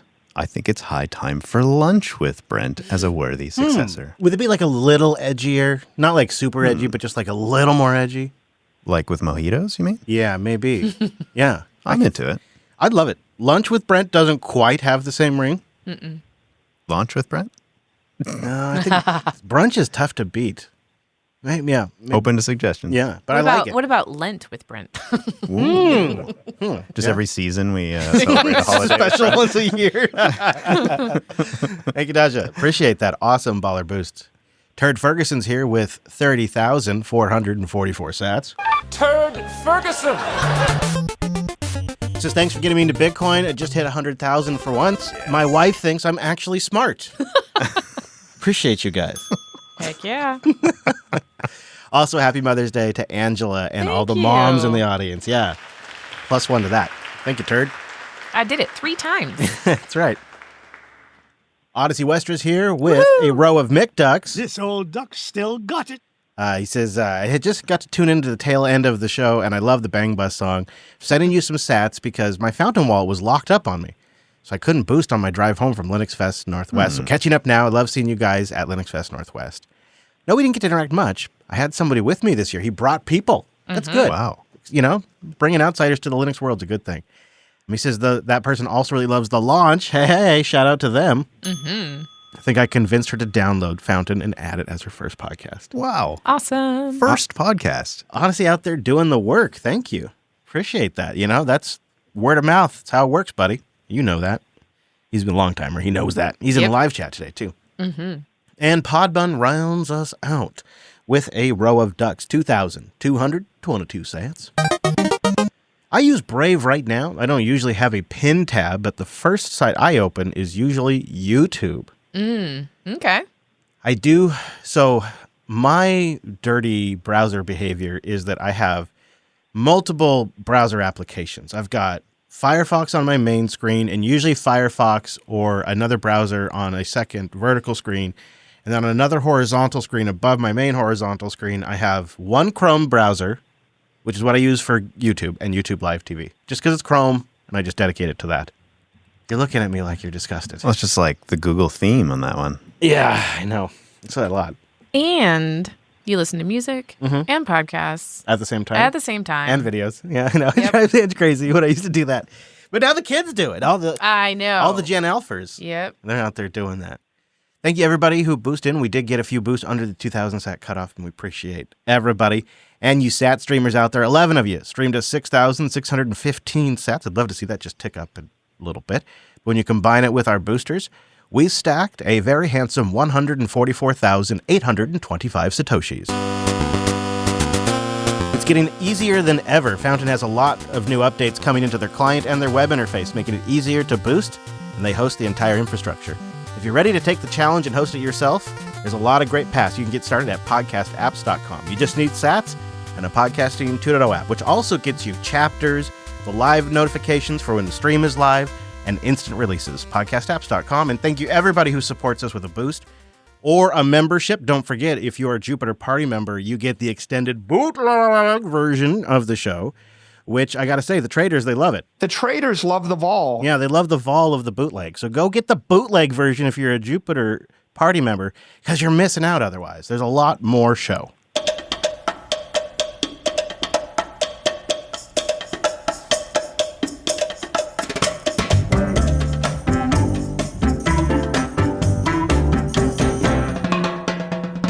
All right, we got a few voicemails this week I thought we'd get to, and then we have some wild stories to wrap it up. And then we're all done. We're getting everybody out of here. It's a little bit longer for you because we do not have an episode again next week. We're going to Boston to attend Red Hat Summit, so there will not be a launch. So we're giving you a little extra loaded version. Brent, he brought his birds, so we have the birds in the studio for you because we care about you. And Graphene Man kicks us off with the first voicemail. Hey, Launch Crew. This is Graphene Man again. A while back, I remember Chris talking about getting his gaming handheld in and that it just had, a metric ton of games and he was enjoying it. Well, I found one. It's an R36S clone. It was like $20 on AliExpress and I got it right before the tariff hit. I can confidently say that as an adult with very limited free time now, it's helped me fall in love with gaming again. Even now, you can get them for under $50. Preloaded with 9,000 games. It's been an absolute blast. I'm playing through Pokemon Red, which alone is $60 if you get the original. And yeah, I could not suggest it highly enough for the price. Anyway, that's all. Thanks for the great shows. Oh, but it wasn't all. In fact, he called in again, I believe.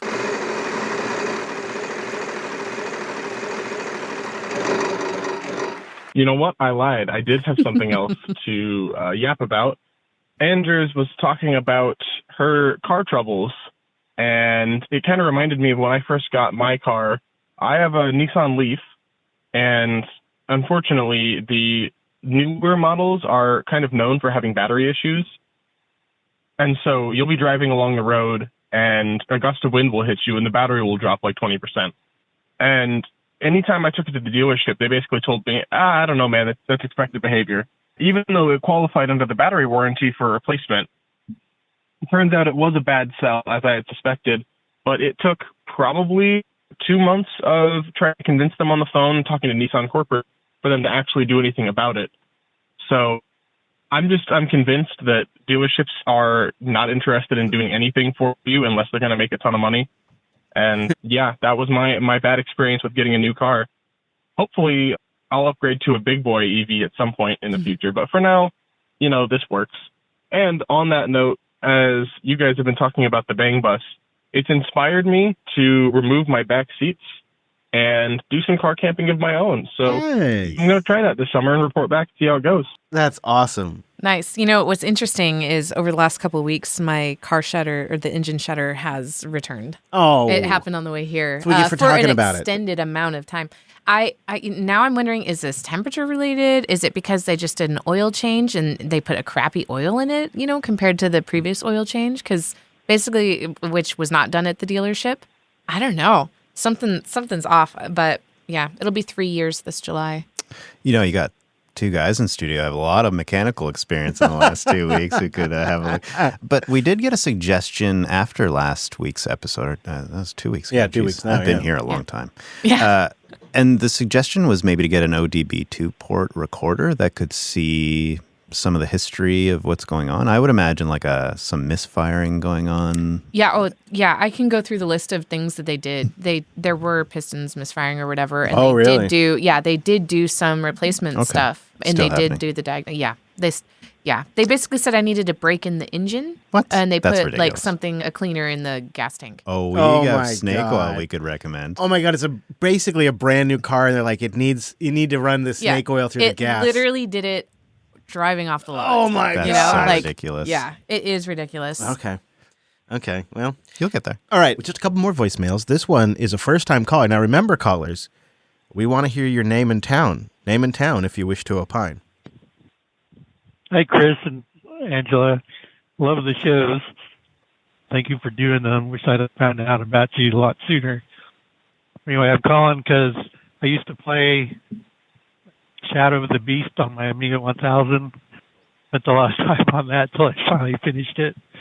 And then in college, we used to play Warcraft and Marathon, which was on the Love Marathon. Mac. We used to go around shooting each other. It was a lot of fun. And also on my Amiga, I used to play a racing game where it was I don't remember the name of it. It was a elevated track, and you had to try to stay on the track. This is the All Rainbow right. Road. This is Tux Gear Jammer. We'll catch you later. Bye. Thanks, Tux Gear Jammer. And so many hours spent playing Marathon, one of the first original really good first-person shooters. They got bought out and went on to create Halo. So there you go. A little history for you. Okay, last couple. This is from a guy named Ryan. Hello, JB Launch Crew. This is a guy named Ryan. Long time, I think 7th time. Chris put out a call for names for Brent's new van. Here we go. So I took the opportunity to come up with a couple. First, we're going to go Canada style. We've got the Canuck wagon, the That's not bad. Poutine wagon, and the Maple Meanderer. Oh. And then Linux-wise, I was thinking maybe /home/Brent or Tuxwagon. Oh, Tuxwagon. Or the Indepenguin. Oh. I like that one. That is and then maybe we go a little Star Trek-y. I was thinking USS Brenterprise. Oh my gosh. Or the USS Voyager. Anyway, those are my pitches. Always love the shows. Keep up the great work. And congratulations, Brent, on your your new van life, man. Excited to hear about all the adventures. That's so sweet. Thanks, everyone. I love those names. Soyager, as in like soy alternative to meat. Oh my god. The Soyager. All right, and our last one comes from Sydney Penguin. Not gonna lie, kind of weird to actually like have a message that's potentially gonna be played on the show. Anyway, I'm like really behind. Oh, I should probably say hi. I'm Sydney Penguin. I don't think I've been in too much of this stuff. You can call me like a lurker, I guess, in the JV community. But where was I gonna go with this? Oh, yes, ADHD meds not kicked in. Can you tell? Anyway, so I'm listening to the show from after Linux Fest Northwest bit. And Angie said something that maybe kind of concerned me. And man, it was better from like a safety perspective. You said you weren't counting people when you were at the fest. I'm thinking, is that a fire hazard in some way to not know how many people are allowed in particular rooms or buildings? Maybe that's not a concern because it's not like, it's like a 3,000 people limit and you're only getting like 1,000 people. But yeah, either way, safety conscious, I guess. I work in a manufacturing facility in IT, so it's kind of like feed into us. But yeah, anyway, I say all that, and I also heard the question of what is my favorite, or what is my primary browser and primary tab. Primary browser is Firefox, because thanks to the show, we'll really just Jupiter Broadcasting, I've ran NixOS on my main machine for the last 6 months or so. Been great, fantastic. I simultaneously love and hate you all for it, so thank you. And my primary tab is Complexity. Yeah. But I think I'm about to switch to abacus.ai. Oh. If you've not heard of it, look it up. I've only got like 5 seconds. It's really great. You should try it. It has like everything. Abacus AI. Huh. Well, thank you for the call. All right. So, are we concerned about fire capacity? So we were all about capacity. We were closing doors to talk. So we even had 2 situations, one of which I had to diffuse myself. Oh. A drunk. Really? A community member that had been drinking. One of our listeners? Mm-mm. Okay. All right. Yeah, of course not. Yeah. And anyway, so no, we It's probably that Brett Johnson guy. We did everything above board as far as everything goes, capacity-wise, and the comment was specifically about we didn't know how many people ran through the fest, but it's among 3 different buildings and a bunch of outside areas. And yes, attendance was a fraction of what it was back in 2019 when it was the last major fest. I'll tell you where we went over capacity. Frickin' Lady Jupes, man. We had a few tours coming through Lady Jupes for the home assistant setup and whatnot. That's where we went over capacity. Don't report us. And thank you, everybody who calls in. Please do leave us a voicemail. We love them, and we want more. Call the launch. We're standing by. 774-462-5667. That's the line. All right, so I got a couple of stories to wrap us up. First is a story of a 55-year-old woman who might have gotten away with it if it wasn't for her darn pet raccoon. A pet raccoon of hers was discovered in the vehicle. I'll play a little bit of the police body cam footage because he kind of captures the moment, and I don't want to spoil it for you. She would have gotten away with it if it wasn't for this raccoon. Oh, there's no one. He's trying to smoke it. All right. Thanks. As what? Oh, my God. Her meth pipe. He's playing with the meth pipe right now. No, don't reach for it. That's evidence now. Oh, I don't want him to have Well, that's why I'm going to do it. Hey, buddy.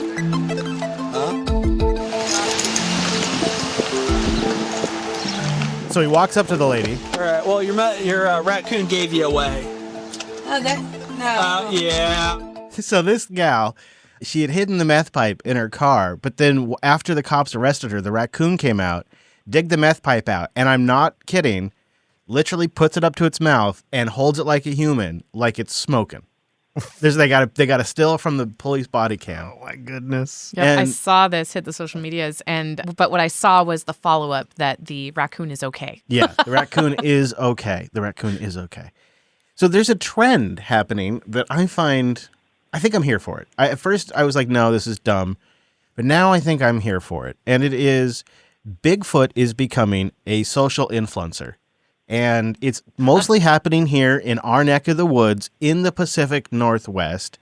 And it all started a couple of years ago with a high school student capturing what seemed to be Sasquatch on camera. Sighting by some high school students near Pocatello has Sasquatch hunters coming to southeast Idaho. Eyewitness News reporter Jake Taylor shows us what those students saw. The students were on a school project in these woods when they say they saw a dark figure watching them on a ridge. Well, one student pulled his camera out in time to capture this footage. A few fleeting seconds of a dark something disappearing into the tree line. It's not much. It just didn't really look human-like, so I don't really know what that is. It's not a bear. It's not a moose or anything. It was big and bulky and black. The students then climbed that ridge and took photographs of some Bigfoot prints they found. Idaho State University professor Jeff Meldrum is a Bigfoot expert. His office filled with suspected photos and plaster casts of prints. He examined the photo and the short video of the distant figure.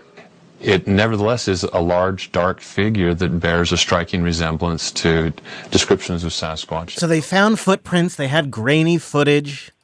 A few other things happened. It was a group of high school students. So it was multiple high school students that attested to this. They climbed where they saw the potential Sasquatch, and they photographed what the area looked like. They're not sure what they found. But that was back in 2012. And since then, this idea has continued to percolate in this region. And about 872 miles from the studio, the Idaho town of, I think it's Pocatello, has decided to make Bigfoot its official social media influencer. I have wandered for thousands of years. I'm gonna be billionaire!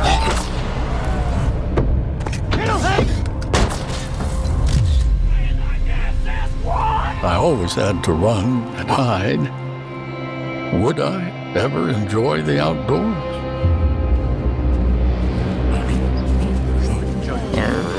How's it going? But I think I found a place I can live and explore the rest of my days.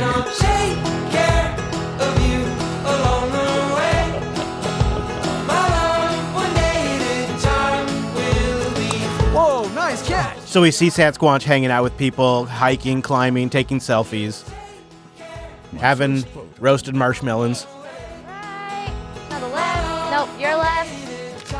He's just having a great old time. He's posting to Insta. Is welcome. So this town has embraced Sasquatch as its official influencer, and they've released drone footage of him walking around. Of course, the local news is leaning into it and having a lot of fun with it. But I started doing a little digging around, and it turns out that this isn't the only town that Idaho has been made, or this Idaho town isn't the only place where I guess Sasquatch is well known and becomes a celebrity. There's also a Milwaukee town that has embraced Sasquatch as its official influencer for social media, and his name is Sam. He's Sasquatch Milwaukee Sam.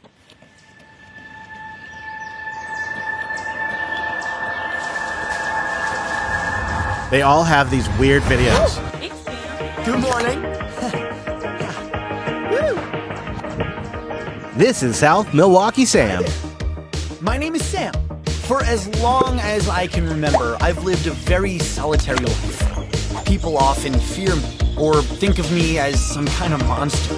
In reality, I've always just wanted to find a place to settle down. A place where I can be accepted for who I really am. What?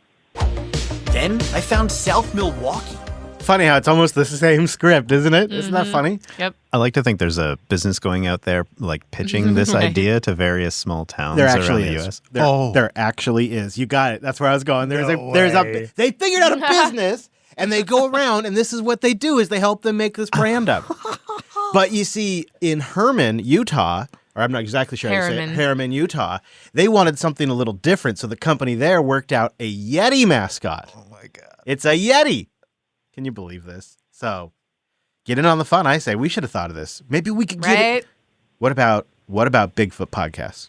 Jupiter Bigfoot. Yeah, we could squanch from time to time. We could get on. We could squanch, and we could all pretend like we're Sasquatches and little AI generation, some music. We're good to go. So maybe that'll be our exit plan when the launch is no longer viable.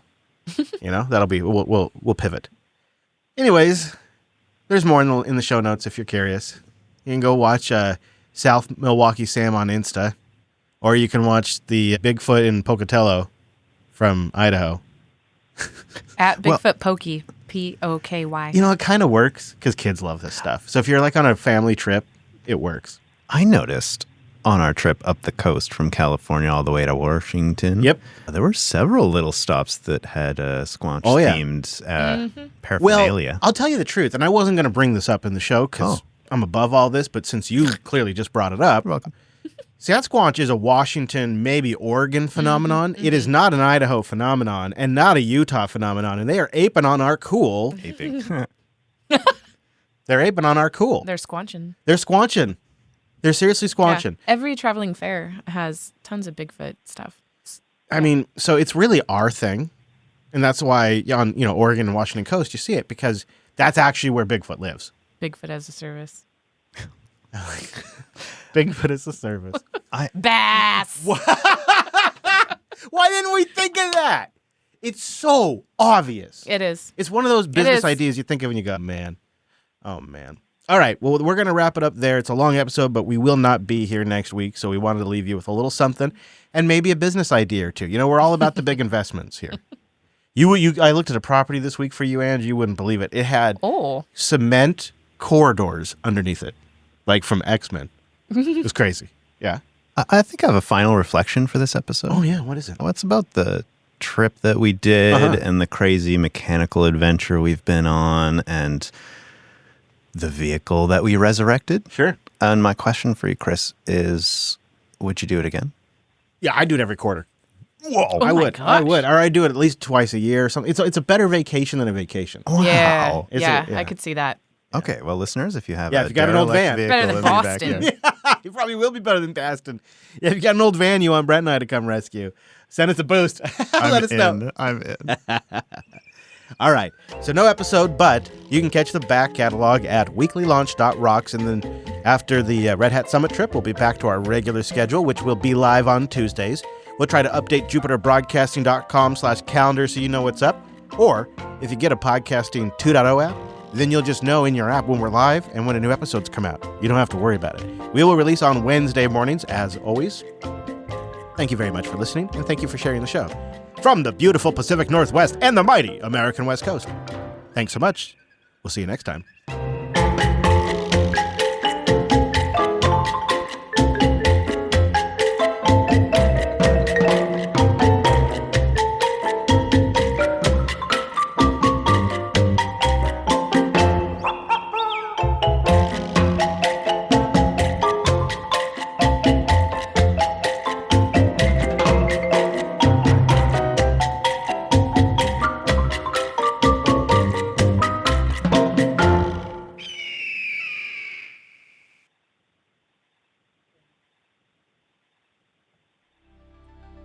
All right. Now we just got to come up with our title. Van Squanch. Oh, thank you. Van Squanch. All right. Can we get a title? Right with the banana. Just a sticker. Anybody want to do a title roundup for us? Be much appreciated. Wow. Whoa. Whoa. Adversaries there coming it in with is. the Is boom. quite Coming the in titles hot. as a service right there. Chitty Chitty Bang Bang's not bad. That's pretty good. Squeeze the dongle. No. Toilet paper thief. Toilet capers. TP for my bus hole. Toilet standards. TP for my bus hole. Toilet capers. That's funny. Big juicy flesh. Fuzzy butt. Oh, I just love the okay, you tell it that you did, Brent. Like, okay, you. That was so funny. I saw way more titles than this go by, I gotta say. Yeah, I think there were more because a couple I put in aren't in there, but that's all right. We gotta get that bot in here. It's all right. I don't know if the bot is open to launching from time to time. Yeah, I wonder if there's a second list. Trying to get a sponsor for the show, so I don't know if TP for my bus hole is No, gonna work. I know. It's funny, though. It is really funny.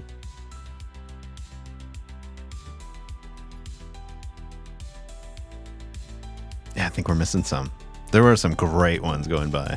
I had tofu in that nebula. It wasn't great, but I had Fueled by Poor Decisions or Poor Choices. Oh, Fueled by Poor Choices did make it in there. Or is this another batch? That's the second batch. It's the second batch. Ah, yes. The Reason Women Live Longer Than Men. Oh. Northbound and Down. Emergency road banana. It's not ChatGPT silly. Yeah, really. Oh, and more. Another. Woo! Look at us go. We had some tight O's. Well done, people. Yeah. Wow. Booster bus. Bigfoot as a service is pretty Yeah, good. it's right up there. It's up at the top for me. Doesn't have much to do with the van, but it is pretty good. That is a lot of titles. Thank you for collecting those. Wow. Are like fueled by poor choices. Yeah, Emergency thank you, road Mercedes. banana is funny. I know. I've got several I like. We have a problem. We do. Too many good titles. That's a good problem to have. Yeah. Right. Yeah. Is this YouTube approved music? I hope so. It sounds like it. It should be. I'm trying. Because they really send me nasty letters after each stream. Do they customize each one just so you feel special? They're like, hey, loser, you're still screwing up. It's been years. You're still doing it. Mm-hmm. I'll probably still get in trouble. I'll probably get in trouble for just playing those clips. It's really bad now. That's free. But the good news is Spotify's now doing the same thing. So, yeah. So the two platforms that are the most controlling and that are driving people to use them are also pulling things like when we just play news clips. All right, somebody's got to make a decision here. Top 10 toilet to-dos, toilet standards, toilet capers. Fuzzy butt's not bad. Nah. No? Okay. Toilet paper side table. I'm going to go with Chitty Chitty Bang Bang then for that one. What about, not Chitty Chitty Bang Bus? Oh, I don't know, whatever it was. No, it is Bang Bang, but, okay. but that is a Bus copyright. Chitty Chitty Bang Bus would be good. They're doing a lot with epoxies these days. It's funny. That's great. Emergency road banana, though, is pretty good. Yeah.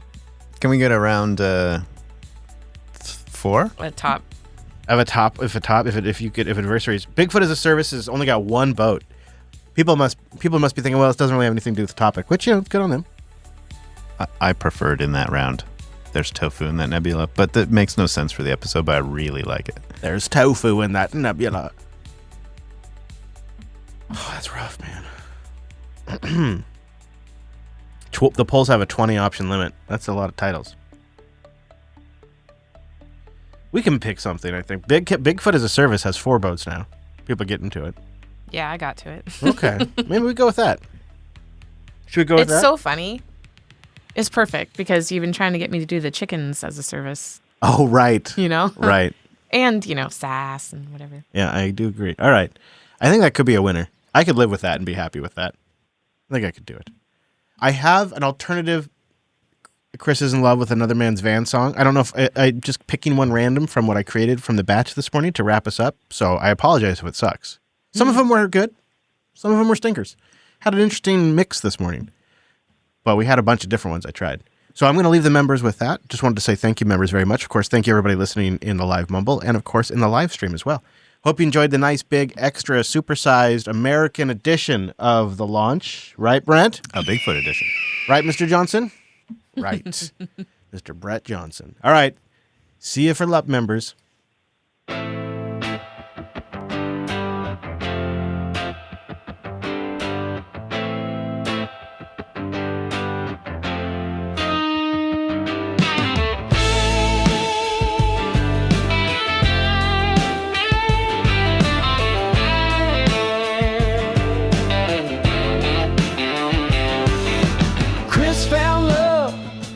Complicated man. Turns out he's in love with another man's van. Rescued from the brink, should have never worked at all. Fixed fuel leaks in Jeff's yard, praying it wouldn't stall. Yeah, Chris loves another man's van. Brought her back to life, now he's the biggest fan. Cop that we pass, they don't build them like they used to. This van kicks ass.